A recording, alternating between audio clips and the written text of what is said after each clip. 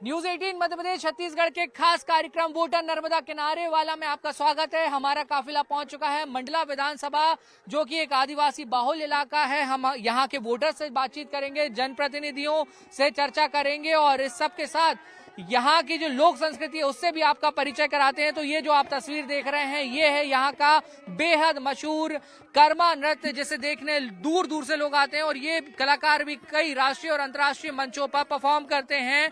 और यही वो संस्कृति है, सभ्यता है जो मां नर्मदा के किनारे कई सालों से आगे बढ़ रही है।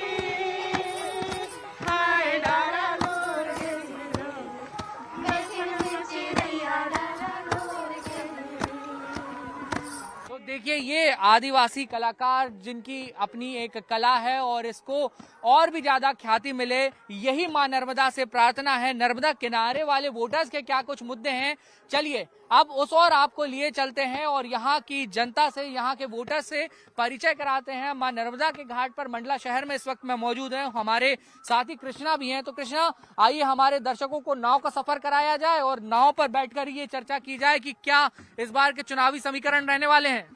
बिल्कुल बाशु, हमारे यहाँ पर जो मंडला है, यहाँ पर इनकी जो संस्कृति है ये नर्मदा किनारे साफ तौर पर देखने को मिलती है। और जितने भी आंकड़े होते हैं, जो भी चुनावी मुद्दे होते हैं, इन्हीं घाटों पर बैठकर चर्चा की जाती है। यहाँ पर कई तरह के लोग जो जितने भी नेता होते हैं, चाहे हमारे यहाँ के मंत्री हो, जो भी हो, मुख्यमंत्री या जितने भी बड़े नेता आते हैं, सबसे पहले मां नर्मदा का आशीर्वाद लेते हैं। इसके बाद ही चुनाव का यहाँ से शंखनाद होता है। ठीक है, तो हम भी आइए चलते हैं सफर पर और हमारे मतदाता साथियों को भी लिए चलते हैं और इसके साथ ही जनप्रतिनिधियों को भी नाव पे बैठाते हैं और चर्चा करेंगे कि अब मध्य प्रदेश का जो चुनाव है और उसमें जो मंडला के विकास के मुद्दे हैं उनमें क्या कुछ बातें निकलकर सामने आई हैं।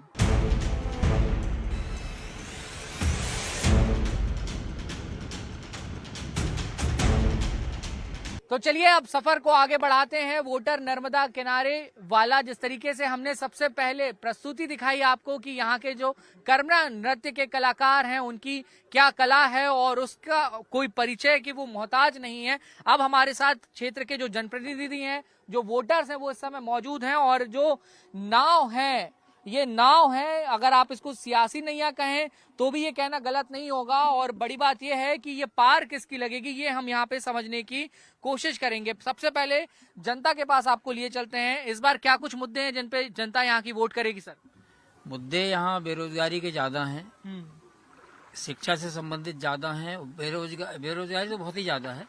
और यहाँ मेन होता है पलायन। यहाँ कोई फैक्ट्री वगैरह नहीं होने से पलायन बहुत ज्यादा होते हैं। तो यही मुद्दे हैं। और एक मेन मुद्दा है वो रोड का, जो 8 साल 10 साल से पड़ी है। केंद्रीय मंत्री आने के बाद भी, उनके कहने के बाद भी आज ही वो स्थिति में है। वही स्थिति में रोड है। और यहाँ पे अभी बीजेपी के विधायक रहे हैं, तो बीजेपी के जो साथी मेरे साथ हैं उनसे मैं जवाब इस बात का लूंगा कि सर, जनता की बीच से बात निकलकर सामने आई है कि बहुत सारे बुनियादी मुद्दे हैं जिन पे काम नहीं हुआ। विधायक भी आपके, सरकार भी आपकी, फिर भी ऐसा क्यों? देखिए, विकास तो बहुत कुछ हुए हैं, ठीक है, मैं मानता हूं कि हर काम पूरे नहीं होंगे, उनको हम लगातार कर रहे हैं। रोड का विषय है, रोड का रिकॉल हो गया, टेंडर ठेकेदार को हो गया, उसको अलॉट हो गया और काम वो युद्ध स्तर पर चालू हो गया है। सिर्फ एक रोड का मुद्दा, लेकिन हम इस जिले में हजारों किलोमीटर जो एक गांव से दूसरे गांव को जोड़ने के लिए कनेक्टिविटी वाली जो हमने रोडें बनाई हैं, उसके विषय में बात नहीं होती। ऐसा कोई गाँव नहीं है जिले के 486 ग्राम पंचायत और लगभग 1300 गाँव हमारे जिले के ऐसे हैं जो मुख्य मार्ग से कहीं न कहीं डामर रोड से जुड़ गए हैं। आज मैं ये कह सकता हूँ कि मंडला जिले का टोला मंजरा अगर कोई अपवाद स्वरूप छूटा हो, नहीं तो लगभग गांव हमारे, लगभग 1300 गांव मुख्य मार्ग से कनेक्टिविटी से जुड़े हुए हैं। ठीक है सर, बीजेपी तो दावा कर रही है कि उन्होंने बहुत सारा विकास करा दिया है। अब आप लोग जब जनता के बीच जाएंगे और चुनौती भी आपके सामने है कि मंडला सीट पे जीतना है, वापसी करना है, तो क्या मुद्दों को रखेंगे? विकास अगर होता है किसी भी क्षेत्र का, तो उस क्षेत्र से पलायन नहीं होना चाहिए। आज मंडला जिला रिकॉर्डेड जिला है कि हिंदुस्तान में अगर सबसे ज्यादा कहीं से पलायन होता है तो वो मंडला से होता है। अगर विकास हुआ होता तो निश्चित रूप से रोजगार भी होता है, और जहाँ से रोजगार होता है वहाँ पलायन की स्थिति होना नहीं चाहिए। सबसे बड़ी समस्या आज जो है, यहाँ का व्यक्ति बेरोजगार है और वो पलायन कर रहा है। शिक्षा की स्थिति की अगर हम बात करें, सड़क की स्थिति की हम बात करें, स्वास्थ्य की स्थिति की बात करें, ये बड़ा दुर्भाग्य है कि जिस जिले से इसे देश की सरकार को केंद्रीय मंत्री उन्होंने दिया, केंद्रीय मंत्री स्वास्थ्य मंत्री दिया, और उसके बाद उस जिले में डॉक्टर न हो, ये बड़ी विडंबना है। जिस सड़क की बार बार बात आ रही है 8 वर्षों और 10 वर्षों की, वो पूरी सड़क उन्हीं केंद्रीय मंत्री के संबंधित निवास विधानसभा का हिस्सा है। मैक्सिमम वहां पर उनका एरिया आता है। ये स्थितियां हैं। अगर 3-3 बार जिनको केंद्रीय मंत्री होने का सौभाग्य प्राप्त हुआ, 15 वर्ष तक उनके भाई विधायक थे, लगभग 35 साल का उनका कार्यकाल हो गया, 5 बार 6 बार के वो सांसद हो गए, तो विकास फिर इतनी बातें आना ही नहीं चाहिए। अगर विकास हुआ है तो इतने मुद्दे होने ही नहीं चाहिए थे। नाविक जो है, जो नाव चलाने का काम करते हैं, वो भी हमारे साथ हैं, वो भी इसी क्षेत्र के वोटर हैं। आपकी क्या समस्याएं हैं और आप लोगों के हित में कुछ काम हुए, क्योंकि आप लोग दिन रात यहाँ रहते हैं, माई की सेवा करते हैं? शहर में जो है बेरोजगारी का मुद्दा और रोड का मुद्दा, रोड यानी मोहल्ले में बस्ती में हर जगह वही रोड खुद रही है, वही रोड उखड़ रही है। सीवर लाइन का जैसे सरकार का जो काम चल रहा है, साजी रोड को खोद के फिर खोदना पूरना। अच्छा, तो आप लोगों के रोजगार की क्या स्थिति है? क्योंकि नर्मदा तट के किनारे हम लोग बैठे हुए हैं और आप लोग यहीं रहते हैं, यहीं से आपकी रोजी रोटी चलती है, तो आप लोगों को पर्याप्त हो जाती है आय? जी, हमारा आय तो सब परदेसी लोग आते हैं, आने वाला घाट सिमनी छिंदवाड़ा के यात्री जो पर्यटक लोग आते हैं, उनसे हमारी आय हो जाती है, रोजी रोटी चल रही है। अच्छा, सरकारी योजनाओं का लाभ मिलता है? सरकार का योजनाओं का लाभ जो है वो मिलता है। जैसे कि अब मैं विकलांग हो गया हूँ, इसके बाद भी नाव चला रहा हूँ, उससे मेरे को अभी पैर मिला योजना भवन से, सरकारी की योजना है वो।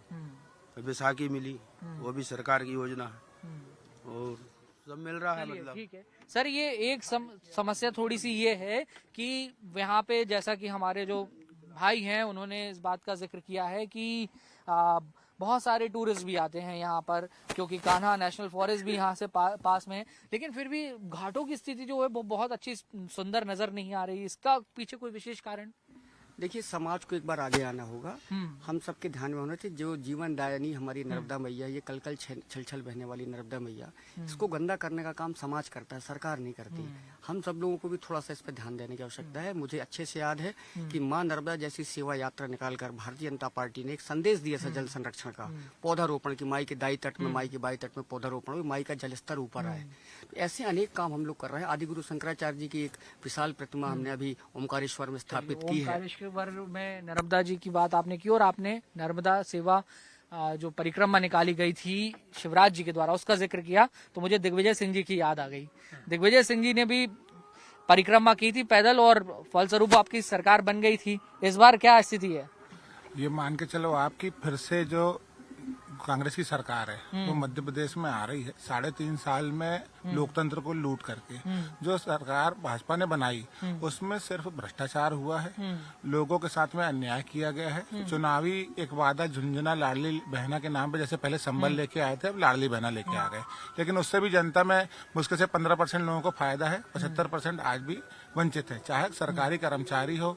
और नर्मदा जी की बात हो रही थी, कमलनाथ जी ने अपने वचन पत्र में स्पष्ट रूप से कहा है कि हम नर्मदा संरक्षण का एक पूरा निगम यहाँ पे बना करके देने वाले हैं, जो नर्मदा संरक्षण का कार्य करेगा, नर्मदा संरक्षण की दिशा में काम करेंगे। और क्या ऐसे जो क्षेत्रीय मुद्दे हैं जो जिनकी अगर हम बात करें, वोटर जो नर्मदा किनारे वाला जो वोटर है, जिन बातों को ध्यान में रखेगा और जब मतदान करने जाएगा? तो देखिए, नर्मदा जी के किनारे के जो वोटर हैं, बड़े भक्तिमय वोटर्स रहते हैं, उनको ये पता होता है कि हम किस मुद्दे को लेकर वोट करने जाएंगे, है ना। बहुत शिक्षा का स्तर यहाँ पे कम है ना। शिक्षित लोग हैं, जो अशिक्षित लोग भी हैं, उनको भी साक्षरता के माध्यम से ये ज्ञान करा दिया गया है कि हमें किस सरकार को लाना है, किसको वोट देना है, ये वो बहुत अच्छे से जानते हैं। उनको जन में जो संचालित होने वाली योजनाओं का अच्छे से ज्ञान है। सारे लोगों के आधार कार्ड ये वो सब जुड़े हुए हैं और सारे लोग सरकार की योजनाओं को बहुत अच्छे से जान रहे हैं। और जहाँ पे कमी है ना, वहाँ पे वो उसका विरोध भी करते हैं, है ना। जरूरी नहीं है कि अब बीजेपी की सरकार चल रही है तो कांग्रेस को वोट ना करें। भाई, कांग्रेस की मैनिफेस्टो में यदि ये चीजें आती हैं कि वो उनको विकास के लिए यदि कुछ करेंगे, तो हो सकता है वोटर उनकी तरफ आकर्षित होकर उनको वोट करें, है ना। और यदि भारतीय जनता पार्टी की योजनाओं से उनको लाभ पहुंचा है, तो हो सकता है भारतीय जनता पार्टी को वोट करें। तो ये 50-50 का कॉम्बिनेशन है। इंफ्रास्ट्रक्चर डेवलपमेंट को लेकर बहुत सारी बातें होती हैं। नर्मदा जी के किनारे चूंकि हम लोग हैं और उनकी गोद में बैठे हुए हैं, माँ नर्मदा से जुड़े हुए कौन से ऐसे मुद्दे हैं जो इस बार, क्योंकि कहीं ना कहीं एक जनभावना भी नर्मदा जी के साथ जुड़ी होती है और बहुत अच्छी स्थिति तो चारों तरफ नजर नहीं आ रही। नर्मदा संरक्षण, जल भराव, कटाव, ये बड़ी एक समस्या है ही। ठीक हो रही है, धीरे धीरे कम होगा। मैं यदि बात करूं आपकी, यदि मतलब पूरे व्यापक परिवेश में आजादी के 70 सालों के बाद मंडला की स्थिति ये रही है, किसी पार्टी की सरकार रही हो, यहाँ पर अफसरशाही हावी रही है। यहाँ बेगा बाहुल्य लोगों के लिए इतनी राशि केंद्र सरकार, राज्य सरकार द्वारा दी गई, यदि उसका आकलन किया जाए तो एक एक बेगा के पास आज कम से कम 70 से 80 लाख रुपए होता। लेकिन आज बेगा की स्थिति देख लो, वो जहाँ के तहाँ है। उसके बाद आदिवासी विकास की बात हुई। आदिवासी विकास को लेकर एक स्पेशल मंत्रालय वाजपेयी जी के कार्यकाल के द्वारा बनाया गया। हमारे यहाँ के सांसद उसके मतलब मंत्री भी रहे, राज्य मंत्री भी रहे। इस सब को लेकर वहाँ भी कहीं के कोई आवंटन की, धन की कहीं कोई कमी नहीं आई, योजनाओं की कोई कमी नहीं। मामा की सरकार जो है तो बच्चे घर में आता है तब से लेकर और मृत्यु तक की योजनाएं बहुत सी हैं। उसके बावजूद मंडला का जो विकास होना चाहिए वो धरातल पर नहीं दिख रहा है। यहाँ अफसर जो आता है, एक अधिकारी यदि आ गया तो यहाँ से जाना नहीं चाहता।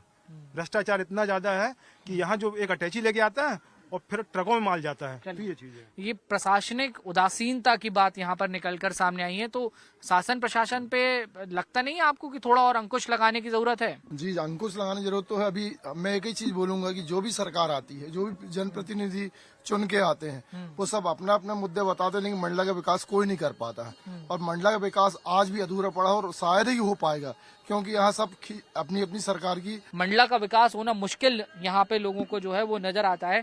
दूर दराज के इलाके भी हैं, जंगल भी है और ट्राइब्स भी यहाँ पे बड़ी संख्या में आदिवासी भी निवास करते हैं। तो वो जो दूरस्थ आदिवासी समाज का एक घर होता है, वहां तक बिजली पहुंच गई, वहां तक पानी पहुंच रहा है, वहां तक राशन पहुंच रहा है। जी हाँ, बिल्कुल। अभी जो है वर्तमान शासन में मैं तो आपको आज बहुत बहुत धन्यवाद देता हूँ मीडिया के माध्यम से कि आपने ये पहल की कि कम से कम ऐसा कोई है तो शख्स जिन्होंने नर्मदा किनारे रहने वाले लोगों की जो समस्या है उसको उजागर करने का मौका दिया। मैं यहीं रहता हूँ, ये त्रिवेणी संगम कहलाता है, नर्मदा बंजर और ये सरस्वती जी का। सरस्वती लुप्त है लेकिन बंजर और नर्मदा जी दिखाई देती।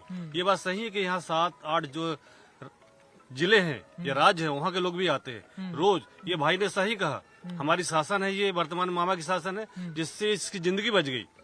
किसी कारणवश इसको पैर में कुछ हो गया था लोहे के जंग से, तो पैर कटने वाला था, लेकिन शासन की अच्छी योजना स्वास्थ्य की, वो इसको लाभ मिला। और अभी शासन की जो विकलांग की योजना है वो भी इससे मिल रही है इसको लाभ। हम ये चाहते हैं कि आसपास जो मिट्टी इकट्ठ हो गई है, सरकार ने लाखों करोड़ों रुपए खर्च किया है, लेकिन मिट्टी का जैसे व्यवस्था होती, व्यवस्था नाम की कमी है यहाँ पे, व्यवस्था की थोड़ी सी कमी है। अच्छा, ये एक जो महंगाई का मुद्दा होता है, एक बेरोजगारी का मुद्दा होता है, इससे भी यहाँ के लोग दो चार होते हैं क्या? जी, महंगाई से लोग तो परेशान तो हैं और बेरोजगारी का मुद्दा भी है। और मैं आपके मार्फत में एक चीज कहना चाहता हूँ कि नर्मदा जी के का पार्ट जो लगातार सकरा होते जा रहा है, उसकी मुख्य वजह है कि मट्टी का पुराव। तो आपके मार्फत से मैं कहना चाहूंगा कि घाटों के सामने जो लगातार मट्टी पुर रही है, उसको योजना बनाकर घाटों के सामने मट्टी हटाई जाए, जिससे नर्मदा जी का पार्ट जो सकरा होना बंद हो जाए। तो देखिए, नर्मदा जी का पाठ जो है वो सकरा हो रहा है और ये कहीं ना कहीं लोगों के लिए चिंता का विषय है। और कौन सी ऐसी बातें हैं जो इन चुनावों में कहीं ना कहीं एक बड़ा मुद्दा होगी, जिनसे जब आपके जनप्रतिनिधि आएंगे आपके पास वोट की मांग करेंगे तो रखेंगे आप?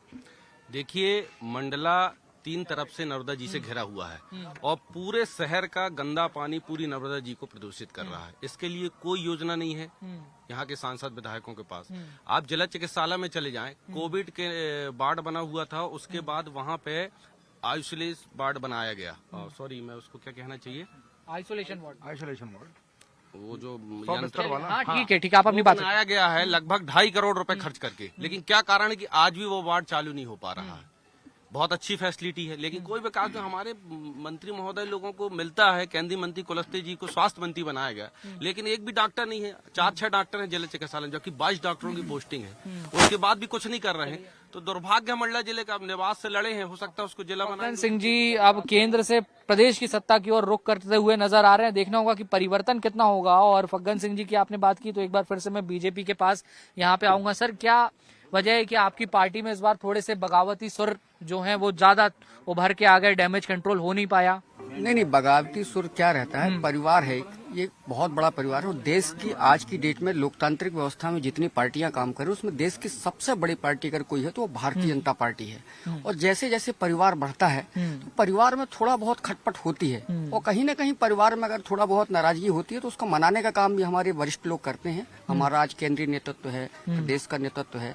तो आज मैं ये कह सकता हूँ कि देश की सबसे बड़ी पार्टी भारतीय जनता पार्टी है और इसमें करोड़ों कार्यकर्ता काम कर रहे हैं। अपेक्षा है सबकी समय रहते हो जाएगा ये सब? बिल्कुल बिल्कुल बिल्कुल कम समय है। अनुशासन के नाम से जानने वाली पार्टी अगर है तो भारतीय जनता पार्टी, समाज की समरसता देने वाली अगर कोई पार्टी है तो भारतीय जनता पार्टी, धर्म, क्षेत्रवाद और राष्ट्रवाद को लेकर काम करने वाली कोई पार्टी है तो वो भारतीय जनता पार्टी है। बिल्कुल सब बढ़िया हो जाए, कहीं कोई दिक्कत नहीं। चलिए सर, दावा तो अभी भी ये निकल कर सामने आ रहा है कि भाजपा में सब ठीक हो जाएगा। भाजपा में सब ठीक नहीं होगा तो फायदा कांग्रेस को होगा और आप इस बात से कहीं ना कहीं थोड़े खुश भी होंगे। लेकिन कांग्रेस के अंदर भी जिले में कहीं ना कहीं थोड़ी तो सुखबुगाहट देखी गई, थोड़े तो विरोध देखे गए।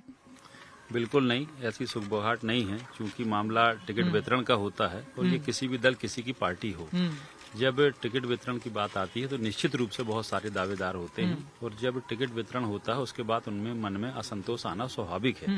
ये तो परिवार में भी होता है। अगर परिवार में किसी को थोड़ा ज्यादा महत्व मिल जाए तो दूसरे के मन में रोष, लेकिन परिवार से बाहर तो नहीं जाता।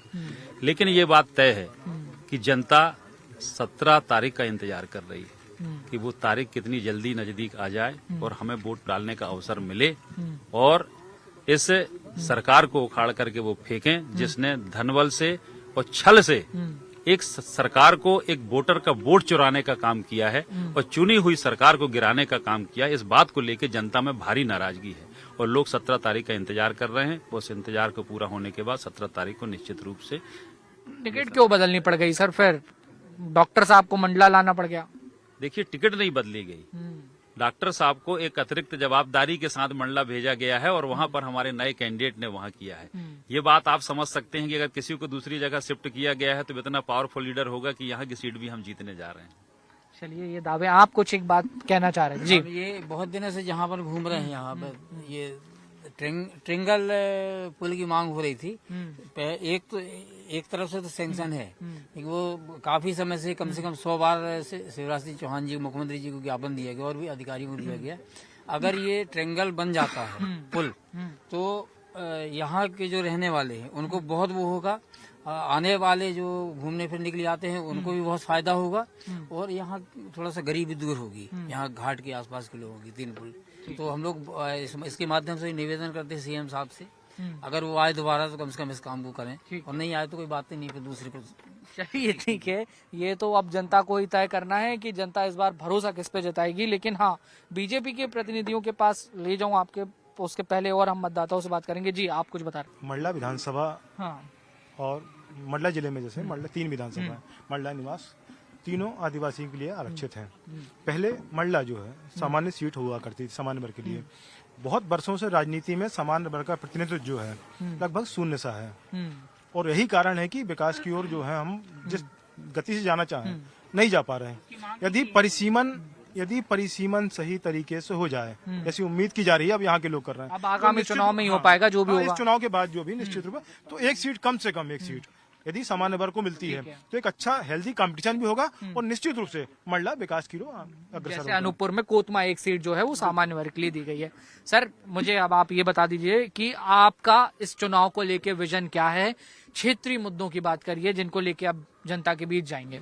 देखिए, क्षेत्रीय मुद्दा है हमारा जो है, एक सबसे बड़ा मुद्दा जो मुझे दिख रहा है वो रोजगार को लेके है। हम रोजगार को लेके लास्ट टाइम हमने पिछले कार्यकाल में हमने काम किया, दलिया की यहाँ फैक्ट्री डाली है। जो हमारा मंडी द्वीप से यहाँ पे दलिया आता था जो आंगनवाड़ी केंद्रों में, उसके लिए एक छोटा प्रोजेक्ट यहाँ डाला है जिसमें कुछ लोग को रोजगार उपलब्ध हुआ है। प्रयास हमारा ये होगा कि यहाँ रोजगार के साधन और उपलब्ध कराए जाएं। उसके लिए जब डबल इंजन की सरकार मध्य प्रदेश में होगी तो मुझे पूर्ण विश्वास है, क्योंकि मंडला में बहुत सी ऐसी खनिज संपदा है, जैसे डोलोमाइट है, यहाँ का आज छत्तीसगढ़ जा रहा है। तो ये अवसर है, चांस है हमको अच्छे काम करने के लिए। मुझे पूर्ण विश्वास है कि हमारी भारतीय जनता पार्टी की सरकार आती है, डबल इंजन की सरकार रहेगी तो हम यहाँ पे कुछ कुटीर उद्योग, छोटे छोटे उद्योग भी लाएंगे। डबल इंजन की सरकार एक बार फिर बनी तो उद्योग भी अब लग जाएंगे। नारी सम्मान योजना, उसके अंतर्गत 5 गारंटी, 1500 रुपए महिलाओं के खाते में, 500 रुपए में गैस सिलेंडर, पुरानी पेंशन स्कीम को दोबारा लागू करना, 100 रुपए तक बिजली बिल माफ। जनता तक प्रभावी रूप से पहुंच गया है कांग्रेस का वादा? 100% जनता तक हमारी योजनाओं की जानकारी पहुंच चुकी है, और ये योजनाओं की जानकारी नहीं है, ये हमारी जब 15 महीने की सरकार थी, अमीर हो चाहे गरीब हो, हर किसी के व्यक्ति का बिल जो है 100 यूनिट तक का 100 रुपए तक बिल आता था। जो इंदिरा गृहग्राम ज्योति योजना थी, भारतीय जनता पार्टी ने आते ही बंद कर दी। तो ये चीजें जमीन पर हैं और हम सत्ता परिवर्तित करने जा रहे हैं।